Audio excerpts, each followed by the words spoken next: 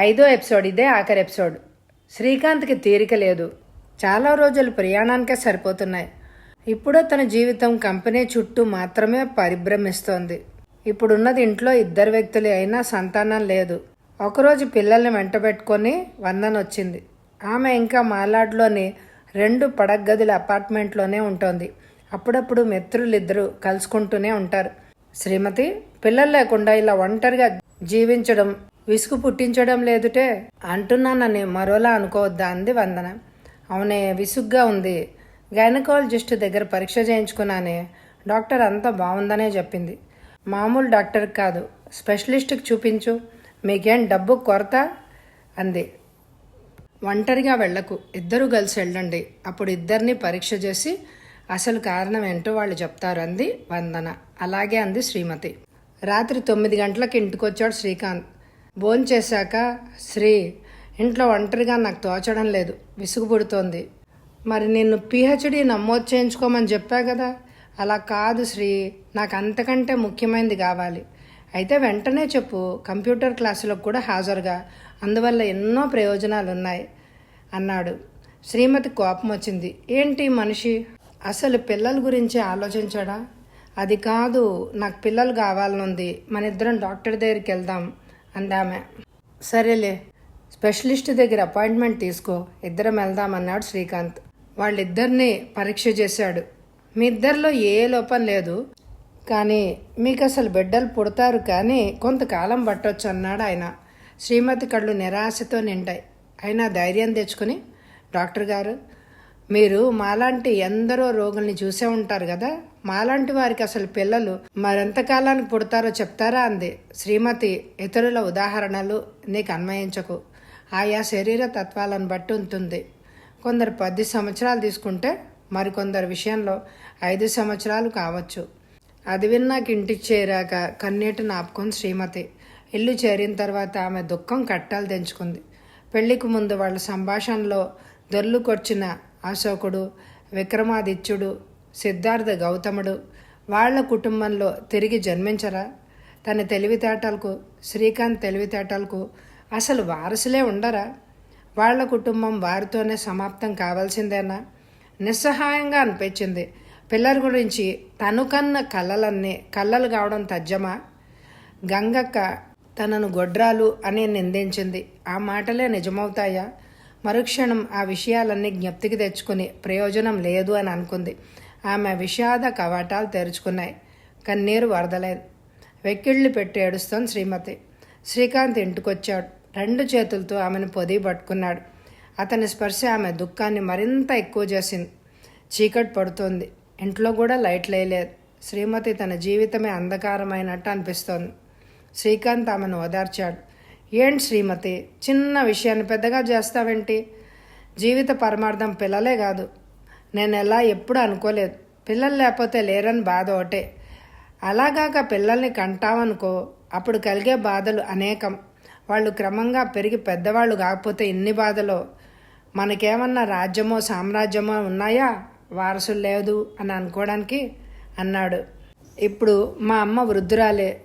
నేను అసలు ఆవిడకేం సేవలు చేస్తున్నాను? మనకు కూడా అంతే, కలిగేటప్పుడే కలుగుతారు. నువ్వు దిగులు పడుకు అన్నాడు అతను. సరే, నేను ఇంకా ఆగలేను, పెంపకానికి తీసుకుందామా? శ్రీకాంత్ కొద్దిసేపు తీక్షణంగా ఆలోచించి, శ్రీమతి, మరోమారు ఆలోచించు. ఇతరుల పిల్లలు మన పిల్లలు అవుతారా? మన పిల్ల తప్పు చేస్తే మనం ఓదార్చలేక దండిస్తాం. పరుల పిల్లల విషయంలో అసలు క్షమించలేం. శ్రీమతి, పెంపకం ఆలోచన నాకు నచ్చడం లేదు. నువ్వు కూడా చాలా తెలివిగలదానివి. నీ శక్తి ఏదైనా నిర్మాణాత్మక కృషికి ఉపయోగించు అన్నాడు. అతని మాటలకు ఆశ్చర్యపోయింది. తను మాతృత్వానికి దూరం అవుతున్నానన్న భావనే బాధ కలిగిస్తోంది ఆమెను.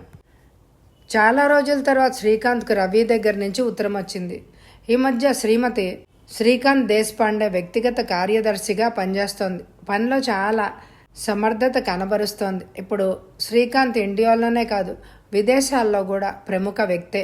ప్రియా అనే అమ్మాయి ఆఫీస్లో అధికారిక కార్యదర్శి. ఇంటి దగ్గర కూడా ఒకరుంటే బాగుండు అనుకున్నాడు.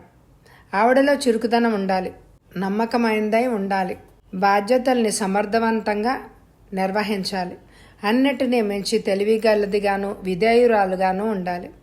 శ్రీకాంత్ ఆ పదవి శ్రీమతి కోసం సృష్టించలేదు. శ్రీమతే విధేయత, చురుకుదనము, సహనము, తెలివితేటలు శ్రీకాంత్ తన బాధ్యతలు కొన్నిటిని ఆమెకు బదలాయించేలాగా చేశాడు. శ్రీకాంత్ చాలా గొప్పగా పనిచేస్తున్నాడు అని ఆమె విశ్వాసం. శ్రీకాంత్కు సహాయపడడం తన బాధ్యతగా అనుకుంటుంది. గంగక్క చాలాసార్లు బొంబాయి వచ్చింది. వచ్చిన ప్రతిసారి బాల్కనీలో కూర్చుని సముద్రాన్ని చూసి కాలక్షేపం చేస్తోంది. ఇప్పుడు ఆవిడ ప్రయాణ సాధనం బస్సు కాదు, రైలు కాదు, విమానమే. శ్రీకాంత్కి శ్రీమతి తగిన భార్య కాదు అని ఆమె అప్పుడప్పుడు వాపోతుంది. ఆమెను హింసిస్తూ ఉంటుంది. ఈ మధ్య ఇంకా బిజీ అయిపోయాడు శ్రీకాంత్ తన కంపెనీ బాధ్యతలతో. శ్రీమతికి కూడా టైం ఇవ్వట్లేదు. శ్రీమతికి శ్రీకాంత్కి 2 కార్లు, 2 డ్రైవర్లు ఉన్నారు. శ్రీమతికి కొద్ది రోజులుగా ఆరోగ్యం బాగుండడం లేదు. శ్రీమతి అనారోగ్యం గమనించి కోపగించుకున్నాడు శ్రీకాంత్. శ్రీమతి, నువ్వు నా మాట వినవు. ఎప్పుడు బాల్కనీలో సముద్రాన్ని చూస్తూ కూర్చుంటావు. సముద్రం గాలి వల్లనే నీకు అనారోగ్యం. నువ్వు ఇప్పుడు మంచం పడితే నా ప్రయాణం ఆగిపోతుంది. నేను పోకపోతే కంపెనీ భవిష్యత్తు దెబ్బతింటుంది. నువ్వు ఈ విషయాలు అర్థం చేసుకోవెందుకు? శ్రీమతి ఓర్మితోనే జవాబిచ్చింది. నేను సముద్రం చూస్తూ కూర్చోడానికి నీ విదేశీ పర్యటనకు సంబంధం ఏముంది శ్రీ? నా ఆరోగ్యం ఎలా ఉన్నా నీ యాత్ర కొనసాగించవచ్చుగా? శ్రీకాంత్ మృదువుగా అన్నాడు. అది కాదు శ్రీమతి, నువ్వు అనారోగ్యంతో ఉంటే నేను ఊరు వదిలి వెళ్ళడం బాధగా ఉంటుంది. శ్రీకాంత్ అమెరికాకి వెళ్ళిపోయాడు. శ్రీమతి అనారోగ్యంతో జ్వరం వచ్చి అలా ఒంటరిగా, పలకరిచ్చే దిక్కు లేకుండా ఒంటరిగా పడుకొని నిద్రపోతోంది. మొన్నాడు పని మనిషి వచ్చి చూసేదాకా ఆమెకు దిక్కులేదు. వందన వచ్చింది. శ్రీమతిని అలా సృహ లేకుండా పడి ఉండడం చూసి జాలిపడ్డది. ఆశయ సాధనకు సంవత్సరమంతా పర్యటిస్తూ ఉండే భర్త, యువకుడే. ఎత్తిపొడుపు మాటలతో తనను హింసించే అత్తగారు, తోడుగా ఉండేందుకు పిల్లలు లేరు. శ్రీమతి స్థాయి చూసి అసూయపడుతుంది తన తల్లి. తను మాత్రం ఎప్పుడూ ఆలోచించలేదు అలా. వందన తన అదృష్టాన్ని ఆనందించింది. తన జీవితం శ్రీమతి జీవితం కంటే 1,00,000 రెట్లు ఆనందమయం అనుకుంది. శ్రీమతికి దక్కని ప్రేమానురాగాలు తను అనుభవిస్తోంది. ఇట్లాంటి దుర్భరమైన పరిస్థితుల్లో శ్రీమతి ఎలా జీవిస్తోందో విస్తుపోయింది వందన. వందన హాస్పిటల్లో ఉంది శ్రీమతితో. 4 రోజుల్లో తిరిగి వచ్చింది శ్రీమతి. శ్రీకాంత్ ఇలా వదిలేశాడేంటి అని అనుకుంది వందన. ఇదే తన భర్త అయితేనా ఓ 10 ఫోన్లు చేసి ఉండేవాడు అనుకుంది వందన. ఒకరోజు ఉత్తరం వచ్చింది డాక్టర్ కోలింగ్స్ నుంచి. డియర్ శ్రీమతి, ఇంతకంటే ముందుగా నీకు రాయలేకపోయినందుకు చింతిస్తున్నాను. ఏదో పని మీద ప్రపంచంలో ఏదో మూల ఉండడం అలవాటైంది. నీ నూతన సంవత్సర శుభాకాంక్షలు చేరాయి. ఆలస్యమైన నేను కూడా నీకు శుభాకాంక్షలు తెలియజేస్తున్నాం. శ్రీమతి, చాలా రోజుల క్రితం నువ్వు విదేశీ చరిత్ర, భవన నిర్మాణం వాటి గురించి వివరించావు. బహుశా ఇవన్నీ మర్చి ఉంటావు. నాకు మాత్రం చాలా బాగా గుర్తుంది. మీ దేశమంతా సంచరించి చరిత్రను అధ్యయనం చేసినందుకు కనీసం 6 నెలలైనా పడుతుంది అని చెప్పావు. ప్రస్తుతం నాకు 3 నెలల విరామం దొరికింది. ఇండియా రావాలనుకుంటున్నాను. నువ్వు వర్ణించిన ప్రదేశాలన్నీ తిరిగి చూడాలని ఉంది. శ్రీమతి, నా పర్యటనలో నువ్వు నాతో ఉండాలి అని నేను కోరుకుంటున్నాను. ఒకవేళ నీకు వేరే పనులుండి రాలేకపోతే నేను చూడాల్సిన ప్రదేశాల జాబితాని తయారు చేసి ఉంచు. నీ జాబు కోసం ఎదురుచూస్తూ ప్రేమాభిమానాలతో ప్రొఫెసర్ కోలింగ్స్. జాబు చూసి శ్రీమతి చాలా ఆనందించింది. తను చాలా ఎక్కువగా కావాలని కోరే అతిథి. అతని సాంగత్యమే శ్రీమతి ఎక్కువగా కోరుకుంటోంది. శ్రీకాంత్ కోసం చాలామందే వస్తుంటారు.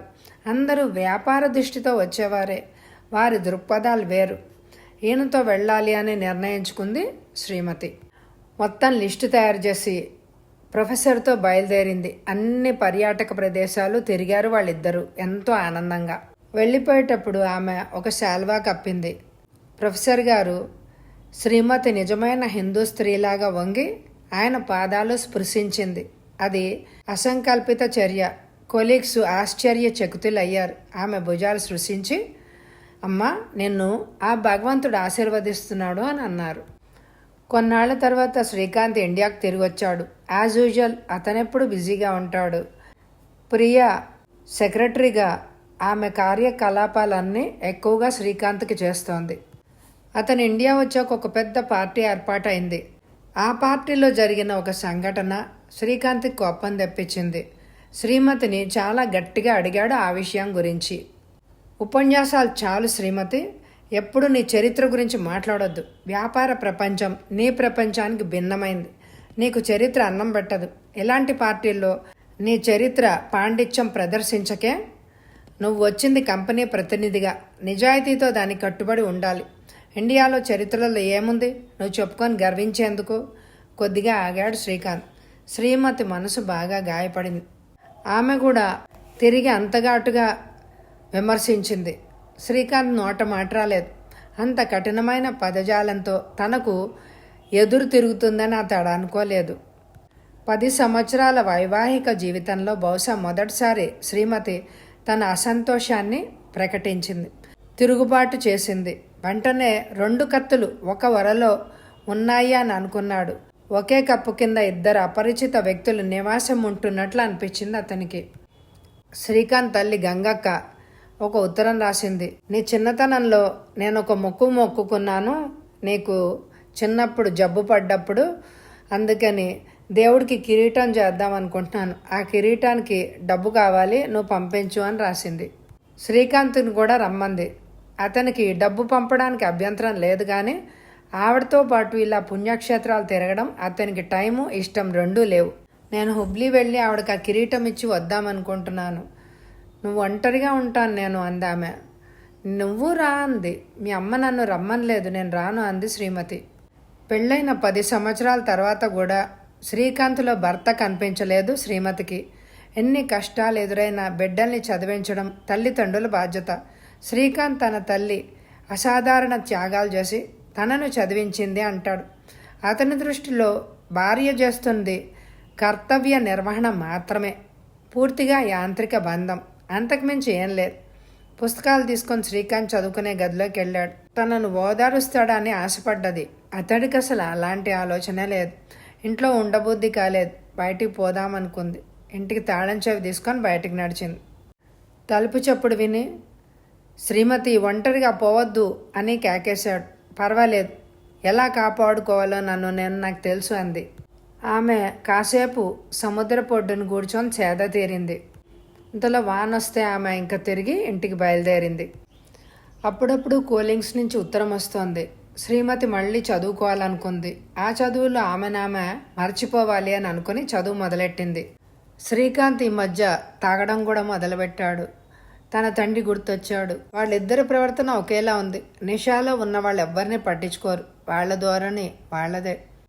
ఒకరోజు శ్రీకాంత్, బట్టలు సర్దే, నేను విమానంలో నాకు సరిగ్గా తిండి ఉండదు, భోజనం కూడా చేసి వెళ్ళిపోతాను, ఎక్కువ బట్టలు పెట్టు, నేను అమెరికా వెళ్తున్నాను. అదేంటి నాకు చెప్పలేదు అంది శ్రీమతి.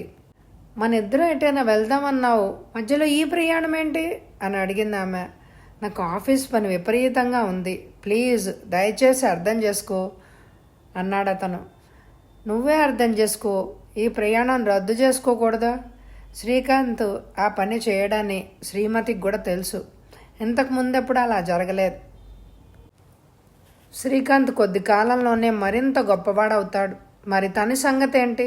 బ్రతికినంతకాలం తను శ్రీకాంత్ నీడలా బ్రతకాలా? తనకంటూ స్వతంత్ర ప్రతిపత్తి లేదా? అది తనకు అవసరం లేదా? రాబోయే తన 10 సంవత్సరాల జీవితం ఖగోళంలోని ఉపగ్రహంలాగా ఉంది. గ్రహం సంచరించే కాంతిలో అది వెళ్తోంది.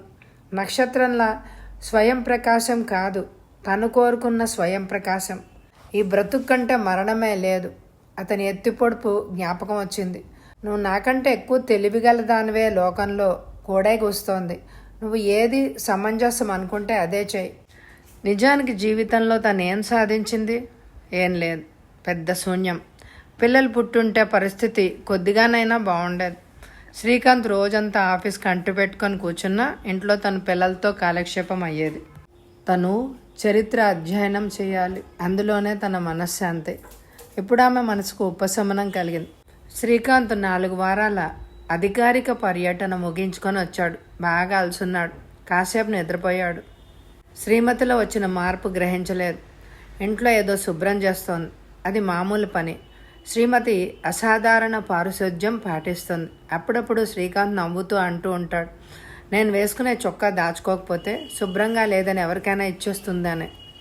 ఆఫీస్కి పోతూ యాంత్రికంగా శ్రీమతికి చెప్పాడు. ఇవాళ త్వరగా భోజనం తయారు చేయి.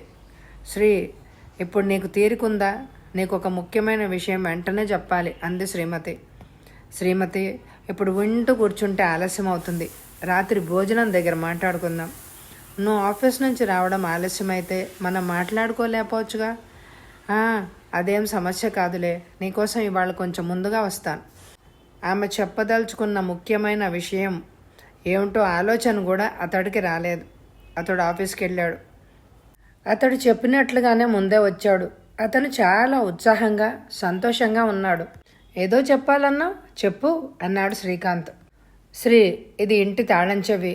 ఇదేమో గోడ్రేజ్ అల్మరాది. ఇది నీ డబ్బుకు సంబంధించిన లెక్కల ఫైల్స్. ఈరోజు వరకు అయిన ఖర్చంతా ఇందులో రాసుంది. జాగ్రత్తగా ఉంచుకో. ఆమె మాటలు శ్రీకాంత్కి అర్థం కాలేదు. ఇవన్నీ నాకెందుకు అడిగింది శ్రీమతి. శ్రీమతి కళ్ళు మూసుకుంది. శక్తి అంతా కూడదీసుకుని అంది. శ్రీ, నేను వెళ్ళిపోతున్నాను. తిరిగి వచ్చే ఆలోచన లేదు. అందుకే ఇంటిని నీకు భద్రంగా అప్పగిస్తున్నాను. భయపడ్డాడు శ్రీకాంత్. ఎక్కడ పోతున్నావు? డాక్టరేట్ చేసేందుకు అమెరికా పోతున్నా. నీ రాక కోసం ఎదురు చూస్తున్నాను. నువ్వు నాకు అప్పగించిన పనులన్నీ పొల్లుపోకుండా చేసేసాను. శ్రీకాంత్ ఆనందమంతా తుస్సుమంది. ఈ కొత్త పరిస్థితిని అర్థం చేసుకోలేకుండా ఉన్నాడు. ఆమె మాటలు అతడికెప్పటికీ అర్థం కావు. జీర్ణించుకోలేదు అతడు. ఎవరో కైలాస పర్వత శిఖరం నుంచి కిందకి దోసినట్టుగా అనిపించింది. శ్రీమతి, అమెరికాలో పిహెచ్డి చేసేందుకు పోతున్నాను అంటున్నావు. ఎప్పుడు తిరిగి వస్తావు? నాతో సంప్రదించకుండానే అలాంటి నిర్ణయాన్ని ఎలా తీసుకున్నావు? ఇది మనిద్దరి సంబంధించింది కాదా? అమెరికాలో నీ పోషణ వగైరా ఖర్చుల మాట ఏంటి? మాట్లాడుతున్నాడే కానీ చాలా అలసిపోయాడు. నిస్సహాయంగా ఉన్నట్ల అనిపించింది. నాకు ఉపకార వేతనం వస్తుంది. శ్రీ, గడిచిన 4 వారాలుగా నా నిర్ణయం గురించి ఆలోచించాను. నిన్ను పెళ్లి చేసుకుని నీ దగ్గరకు వచ్చేటప్పుడు నేనేం తీసుకురాలేదు. ఇప్పుడు కూడా ఈ ఇంటి నుంచి నేనేమీ తీసుకుపోవడం లేదు. ఈ రాత్రికే నా ప్రయాణం.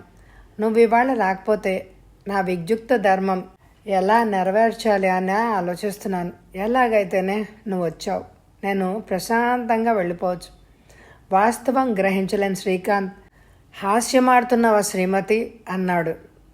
శ్రీకాంత్, ఇవాళ నువ్వు ఎండి స్థానానికి ఎదిగావు. అందరి దృష్టి ఆకర్షించావు. బాగా శ్రమించావు. ఈ లక్ష్యం చేరేందుకు నీ జీవితంలో అత్యంత విలువైన కాలాన్ని అంకితం చేశావు. ఇది తేలిక కాదని నాకు కూడా తెలుసు. నీ స్నేహితుడు చూడు, వాళ్ళు నీ అంత తెలివిగలవాళ్లే, కానీ నీ అంత సాధించలేకపోయారు. నీ బృందంలో ఉన్న అందరి తలలు తన్నావు. నేను కూడా నా లక్ష్యం ఏంటో ఆలోచించాను. కొద్ది వారాలుగా నా లక్ష్యము ఏంటో నాకు బోధపడింది. శ్రీమతి మాట్లాపింది. శ్రీకాంత్ సమాధానం కోసం ఎదురుచూసింది. అతనేం మాట్లాడలేదు. తగిలిన దెబ్బ నుండి తేరుకోలేకుండా ఉన్నాడు. మళ్ళీ శ్రీమతి అంది, నేను చరిత్రను ప్రేమిస్తాను. నిన్ను ప్రేమిస్తాను. ఒకప్పుడు చరిత్ర కంటే నిన్నే ఎక్కువ ప్రేమించాను. వ్యాపార ప్రపంచంలో నువ్వు నీ లక్ష్యాన్ని వెంటాడుతూ నీలోని సున్నిత భావాల్ని పోగొట్టుకున్నావు. ఇక నాకు మిగిలింది చరిత్ర మాత్రమే. నాకు డబ్బు, ఇల్లు, కారు ఇవన్నీ నాకేం సంతోషాన్ని ఇవ్వలేకపోయాయి. అవి అసలు నాకు అనవసరం. శ్రీ, నిన్ను నువ్వే ప్రశ్నించుకో. నా పరిస్థితిలో నీవుంటే నువ్వేం చేస్తావు? నేనేం చేస్తానో అదే చేసి ఉంటావు. నీకు జ్ఞాపకం ఉందా? హుబ్లీలో నువ్వు ఉద్యోగం ఎందుకు చేయలేదు? నీ లక్ష్యం నీకు తెలుసు కనుక. ఇప్పుడు నా లక్ష్యం నాకు కూడా స్పష్టంగానే తెలిసింది. దాన్ని నేను సాధించాలి. శ్రీ, నువ్వే నా గురువువి. నేను నేర్చుకున్నాను. ఏదైనా అకస్మాత్తుగా కొత్తగా జరిగితే చరిత్రకారులు దాన్ని విప్లవం అంటారు. విప్లవాలను విమర్శిస్తారు. వాటి గురించే రాస్తారు. ఇంకా నా ఫైనల్ డెసిషన్ ఇదే అని చెప్పింది ఆమె. నీ వెనకే ఉన్నాను. నీ ఇంటిని చూశాను. నీ అతిథులను ఆహ్వానించాను. నీ పరమైన బాధ్యతలన్నీ నేను కూడా సక్రమంగానే నెరవేర్చాను. నువ్వు అన్నావు కదా, నువ్వు తెలివైన దానివే, నువ్వేమైనా నిర్ణయించుకోగలవు అని. అదే నిర్ణయించుకున్నాను ఇప్పుడు అంది ఆమె. ఇదంతా విని స్తబ్దుడైపోయాడు శ్రీకాంత్. ఆమె వంక చూస్తూ నించున్నాడు. తన ప్రాణం తనని విడిచిపోతున్నట్టు అనిపించింది. అతనికి గతం జ్ఞాపకం వచ్చింది. బాధపడ్డాడు. అయ్యో శ్రీమతి, నువ్వు లేకుండా నేను బ్రతకలేను. నువ్వు నా శక్తికి మూలానివి, నా ప్రేరణవు, నీ వ్యక్తిత్వ ప్రభావం నా పనులన్నిటిలో ఉంది. నువ్వు లేకపోతే నేను అసంపూర్ణమైన వ్యక్తిని. ఇప్పటికే చాలా ఆలస్యమైంది. అనేక చిత్రాలు అతని మనోపటాల మీద వచ్చి వాలాయి. వెంటనే తేరుకున్నాడు శ్రీకాంత్. ఇప్పుడెక్కడుంది శ్రీమతి? అంతర్జాతీయ విమానాశ్రయంలో. పోయి తీసుకొద్దామనుకున్నాడు. ఉత్సాహం నీటి బుడగలాగా పగిలిపోయింది. తీసుకొచ్చి 10 సంవత్సరాల క్రితం శ్రీకాంత్లాగా తను మారగలడా? అది అసాధ్యమని అతనికి తెలుసు. శ్రీమతి పాత జీవితం కావాలని కోరితే పాత జీవితంలోకి తరలిపోవడం తన వల్ల కాదు. నిస్వార్థంగా ప్రేమించే శక్తి కోల్పోయాడు తను. నిస్వార్థ ప్రేమ కావాలి. వెనుదిరిగిపోయేందుకు తనిప్పుడు మనస్ఫూర్తిగా ఎవరితోనూ ఉండలేడు. వ్యాపార జీవనం అతన్ని అలా మార్చేసింది.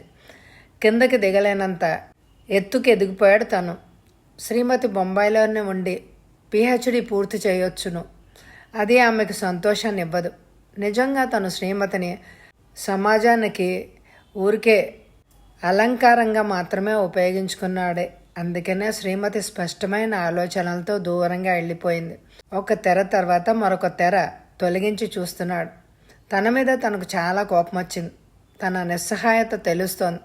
విజయం, హోదా, ఆశయం, అధికారం వీటన్నిటి బాధితుడు.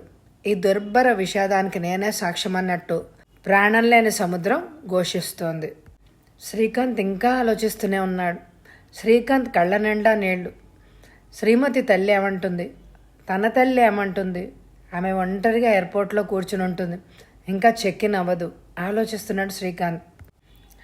శ్రీమతి 10 ఏళ్ల క్రితం శ్రావణ వర్షంలో శ్రీకాంత్ పక్కన హుషారుగా నడిచిన శ్రీమతి శ్రీకాంత్ను వదిలి బరువెక్కిన హృదయంతో, నిరాశ నిస్పృహలతో ఒంటరిగా విమానంలో, ఆకాశంలో శ్రీమతి వెళ్ళిపోతోంది. అతనేం చేయలేకపోయాడు. అలాగే వదిలేశాడు. కథ సమాప్తం. ఈ కథ మీ అందరికీ నచ్చితే తప్పకుండా లైక్ చేయండి. మరొక కొత్త నవలతో మళ్ళీ మీ ముందుంటాను. పొద్దున్న పెడుతున్న ఫ్యామిలీ స్టోరీస్ని కూడా అప్లోడ్ చేయగానే చూడండి. చూడగానే లైక్ చేయండి. చాలా తక్కువ మంది చూస్తున్నారు. అందుకే ఉత్సాహంగా చదవాలి అని అనిపించట్లేదు.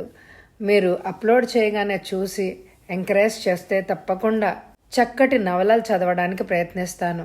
విన్నందుకు ధన్యవాదములు. Thank you very much my dear friends.